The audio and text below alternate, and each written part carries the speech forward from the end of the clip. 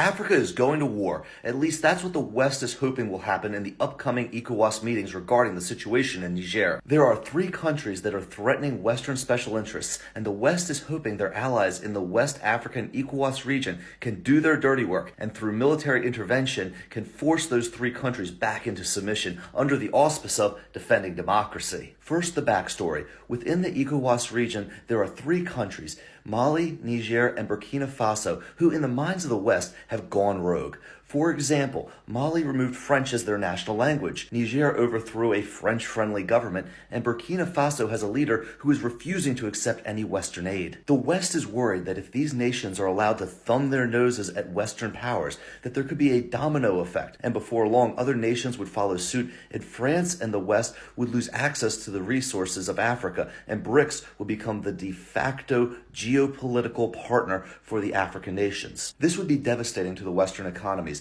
but don't underestimate the power of the West to destabilize regions and overthrow governments. They are masters at this. But with a change in the African mindset and the rising power of BRICS, this may be the beginning of the end for Western influence in Africa. If this was 30 years ago, the Western militaries would attack these nations and assassinate their leaders, as France allegedly did to Thomas Sankara in the 1980s. But right now, the optics would look bad. White nations attacking Africans, it just doesn't play as well as it used to. Having the Africans killing other Africans is a better look for the West. So it appears that the West is using their political assets in the ECOWAS governments to push for military intervention in order to protect democracy, as they've put it. However, many of the national legislative bodies in West Africa have been saying no to a military intervention, and it seems that the African leaders on Western payrolls may be too outnumbered. By the way, don't expect me to name any names here. I have a business to run, but you probably know the people I'm talking about. The future of Africa is hanging in the balance and they are reaching a crossroad. Do they continue with business as usual, or does Africa take the uncertain road of independence? So this can go 2 ways. If ECOWAS does not intervene in Niger, Mali, and Burkina Faso,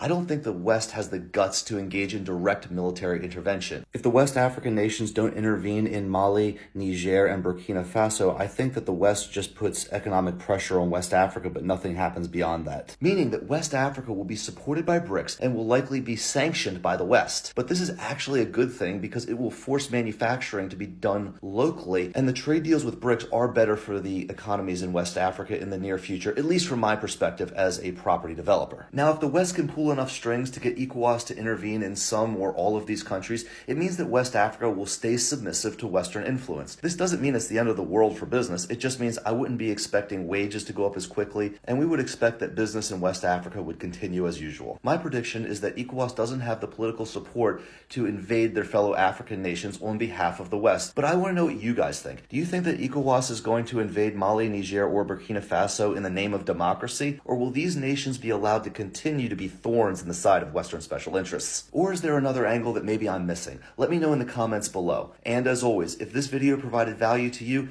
give me a like and a follow. That really helps out my channel, and I'll see you guys on the next video.